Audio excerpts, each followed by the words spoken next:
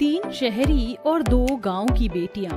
विमला अपने पति राजेश और 5 बेटियां कोमल, पायल, साक्षी, जानवी, अनीता के साथ एक छोटे से घर में रहकर बड़ी गरीबी में अपना जीवन बिता रही थी। राजेश उसी गांव में ईंटें बनाने वाली भट्टी में काम करता था। एक दिन शाम में राजेश की 3 छोटी बेटियां साक्षी, जानवी, अनीता दौड़ते हुए अपने परीक्षा का रिजल्ट लेकर अपने घर आती हैं। माँ जी, पिताजी, देखिए हम तीनों बहनें 12वीं में पास हो गए। क्या मेरी तीनों बेटियां पास हो गईं? अरे वाह वाह वाह। खूब तरक्की करो मेरी बेटियों, इसी तरह अपने जीवन में कामयाब होती जाओ। पिताजी, हम अपनी आगे की पढ़ाई शहर जाकर करना चाहते हैं। बेटिया, शहर की कॉलेज में पढ़ाई करने के लिए बहुत पैसे लगते हैं और तुम तो अपनी परिस्थिति जानती ही हो ना।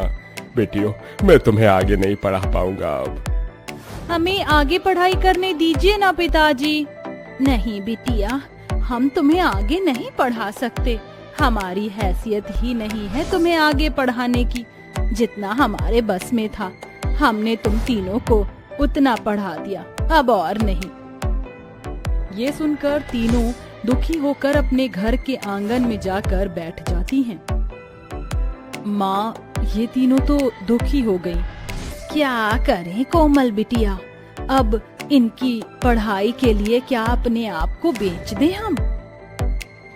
2 दिन जैसे तैसे बीत जाते हैं। एक दिन राजेश अपनी भट्टी पर काम कर रहा था। तभी उस भट्टी की सारी गर्म ईंटें घसक कर राजेश और 2 मजदूरों पर गिर जाती हैं, जिसमें राजेश और उन मजदूरों की मौत हो जाती है। राजेश की मौत के बाद विमला और उसकी 5 बेटियां पूरी तरह से टूट चुके थे। पति की मौत के बाद विमला दमे की बीमारी का शिकार बन चुकी थी। कुछ दिन बाद घर में जितना राशन पैसा था वो सब बीते गुजरे दिनों में खर्च हो चुका था। एक दिन सवेरे, पायल, अब हमें ही कुछ काम करके पैसे कमाने होंगे। माँ की हालत देखो, ऐसी हो गई है, घर में अन्न का दाना नहीं, पास में एक पैसा नहीं, और अब तो पिताजी भी नहीं है। अब जीवन का गुजारा करने के लिए हमें ही कुछ करना होगा। हाँ कोमल बहन, मैं एक काम करती हूँ, गांव वालों के कपड़े सिलाई का काम करती हूँ। मैंने तो सिलाई का कोर्स भी कर रखा है। अच्छा, तो फिर मैं गांव में जाकर कोई काम करती हूँ। कम से कम हमारी कमाई से अपने परिवार का गुजारा तो चलेगा। दीदी, हम तीनों भी आपके साथ काम करके पैसे कमाएंगे। नहीं साक्षी, तुम तीनों काम नहीं करोगी। मुझे पता है तुम तीनों अपनी पढ़ाई छोड़कर बहुत दुखी हो चुकी हो। बचपन से माँ पिताजी के लिए हमने पढ़ाई नहीं की। पिताजी ने बड़ी उम्मीदों से तुम तीनों को पढ़ाया है, पर गरीबी की हालत देखकर वो तुम तीनों को पढ़ाई करने से मना कर रहे थे। पर अब तुम तीनों पढ़ाई करके अपने पिताजी का सपना पूरा करो। हाँ बहनों, तुम शहर जाकर पढ़ाई करो। तुम्हारी पढ़ाई का सारा खर्च हम दोनों उठाएंगे। ये सुनकर साक्षी, जानवी, अनीता अपनी बड़ी बहनों के गले लिपटकर खूब रोने लगते हैं। दीदी, हम तीनों मन लगाकर पढ़ाई करेंगे और एक कामयाब इंसान बनकर दिखाएंगे। उसके बाद कोमल, पायल अपना घर उसी गांव के सेठ दर्पण के पास 50,000 रुपए में गिरवी रखकर अपनी बहनों का शहर की कॉलेज में एडमिशन करवा देते हैं। साक्षी, जानवी और अनीता ये तीनों शहर में कॉलेज की हॉस्टल में रहने चले जाते हैं और वहीं रहकर अपनी पढ़ाई करने लगते हैं। इधर पायल घर में गांव वालों के कपड़े सिलाई का काम करने लगी और कोमल दर्पण के खेत में मजदूरी का काम करने लगी। कुछ दिन ऐसे ही बीत जाते हैं। एक दिन रात में, पायल, माँ की दवाई ले आई तुम? हाँ दीदी, पर मेरे पास थोड़े ही पैसे थे, इसीलिए 8 दिन की ही दवाई ला पाई मैं। अच्छा, देखो सेठ जी ने आज मुझे 5,000 रुपए दिए। इसमें 2,000 में हम घर में राशन भर लेते हैं और 2,000 बहनों की पढ़ाई के बॉक्स में डाल देते हैं और 1,000 माँ के इलाज के लिए रख देते हैं। तभी शहर से साक्षी का फोन आता है और पायल साक्षी से बात करती है। थोड़े समय बाद, दीदी, साक्षी कह रही थी उनकी ओरल परीक्षा आने वाले हैं, तो कॉलेज वालों ने तीनों की परीक्षा फीस 6,000 रुपए मंगाए हैं। अगर उन्होंने फीस जमा नहीं की तो उन तीनों को परीक्षा में बैठने नहीं दिया जाएगा। और अनीता कह रही थी उसे कुछ नोट्स लाने के लिए 2,000 रुपए भी चाहिए। क्या अब 8,000 रुपए हम कहाँ से लाएंगे? कोमल बेटा, तू मेरी ये दवाई वापस कर दे और साक्षी, जानवी, अनीता को वो पैसे भेज दे। नहीं माँ, आपको दवाई लेना बहुत जरूरी है। हम आपकी दवाई वापस नहीं कर सकते। कोमल दीदी, दर्पण मालिक से ले क्या उधार पैसे? नहीं पायल, पहले ही हम पर उनके 50,000 रुपए का कर्जा है। अब और पैसा लेना सही नहीं रहेगा उनसे। देखो, 5,000 रुपए तो हमारे पास है, बस 3,000 रुपए की जरूरत है हमें। मैं कहीं से पैसों का इंतजाम करती हूँ। अगले दिन कोमल उस गांव के किसी और आदमी से 3,000 रुपए उधार लेकर वो 8,000 रुपए अपनी बहनों को शहर भेज देती है। इसी तरह दिन गुजरते गए। 3 महीने में, 4 महीने में साक्षी, जानवी, अनीता फोन लगाकर अपनी बहनों से पैसा मांगा करते रहे और कोमल, पायल कर्ज ले लेकर, पेट काट काट कर अपनी बहनों को पढ़ाई का खर्च देने लगे। देखते ही देखते 5 साल बीत जाते हैं। साक्षी, अनीता, पायल अब अपने गांव, अपने घर आ चुके थे। उनकी पढ़ाई खत्म हो चुकी थी।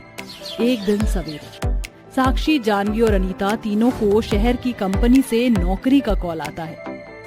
माँ, कोमल दीदी, हमें शहर की कंपनी में नौकरी मिल गई है। हम शहर जा रहे हैं माँ, और वहीं रहेंगे। ये तो बड़ी अच्छी बात है। आज तुम तीनों अपने जीवन में कामयाब हो ही गई हो। माँ, हम शहर से आपको पैसा भेज दिया करेंगे। देखना, अब आपके गरीबी के दिन बहुत जल्द दूर हो जाएंगे। 2 दिन बाद तीनों शहर चली जाती हैं और वहाँ एक कंपनी में नौकरी करके वहीं रहने लगते हैं। देखते ही देखते 4 महीने बीत जाते हैं। इन 4 महीनों में एक भी बार साक्षी, जानवी, अनीता ने अपनी बहनों और माँ को फोन नहीं किया था।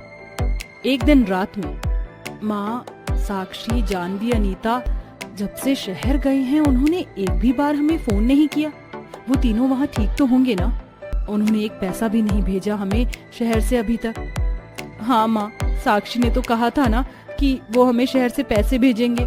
यहाँ कर्जादार हमें बहुत परेशान कर रहे हैं। वो बार बार हमसे पैसे मांग रहे हैं। हो सकता है वो तीनों अपने काम में व्यस्त होंगे। उसके बाद कोमल, पायल और विमला, ये तीनों के भूखे रहने के दिन आ चुके थे और इधर साक्षी, जानवी, अनीता शहर में अपनी मस्ती में अपना जीवन बिताए जा रहे थे। इन तीनों ने अपनी बहनें और माँ को एकदम से भुला दिया था।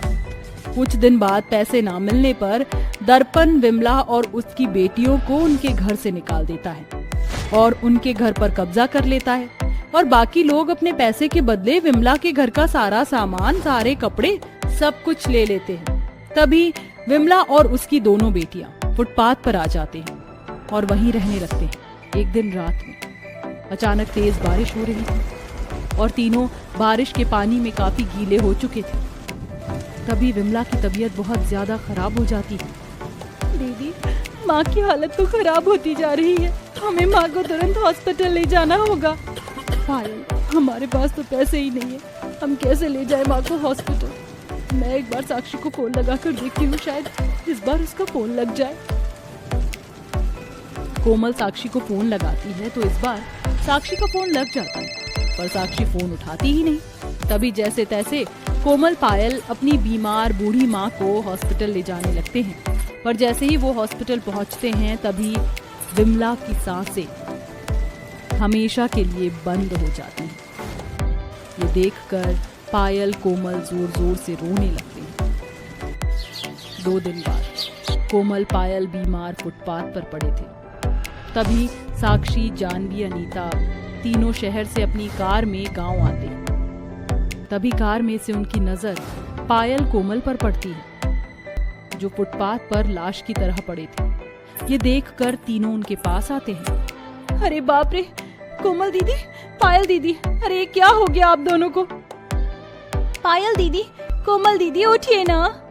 कोमल और पायल का शरीर बुखार में भट्टी की तरह तप रहा था। तभी तीनों बहनें दोनों को हॉस्पिटल ले जाते हैं, जहां उनका ट्रीटमेंट होता है। थोड़े समय बाद, कोमल दीदी, ये कैसी हालत हो गई आप दोनों की? माँ कहाँ है? तभी कोमल बीते सारे दुखों के बारे में विस्तार से अपनी तीनों बहनों को बताती है। ये सुनकर तीनों के होश उड़ जाते हैं। हमने तुम्हारी पढ़ाई के लिए अपने जीवन को दांव पे लगा दिया और तुम नौकरी करने के बाद अपनी बहनों और माँ को भूल गई। तुमने हमें एक फोन तक नहीं किया। हमारे हाथों घर चला गया, सामान चला गया, माँ तड़प तड़प कर मर गई, पर तुम्हें हमारी याद नहीं आई। ये सुनकर तीनों खूब रोने लगती हैं। हमें माफ कर दो कोमल दीदी, शहर के माहौल और वहाँ के रहन सहन में हम आप लोगों को भूल गए थे, हमसे गलती हो गई, हमें माफ कर दो दीदी। तीनों बहनें कोमल पायल के कदमों में गिरकर उनसे रो रो कर माफी मांगती हैं, पर कोमल पायल उन्हें माफ नहीं करती। तभी तीनों बहनें घुटनों के बल हाथ जोड़े अपनी बहनों से माफी मांगती हैं। ये देखकर कोमल पायल की आंखों में आंसू आ जाते हैं और वो अपनी बहनों को माफ कर देती है। जिसके बाद साक्षी, जानवी, अनीता तीनों अपनी बड़ी बहनों को अपने साथ शहर लेकर चली जाती हैं और वहाँ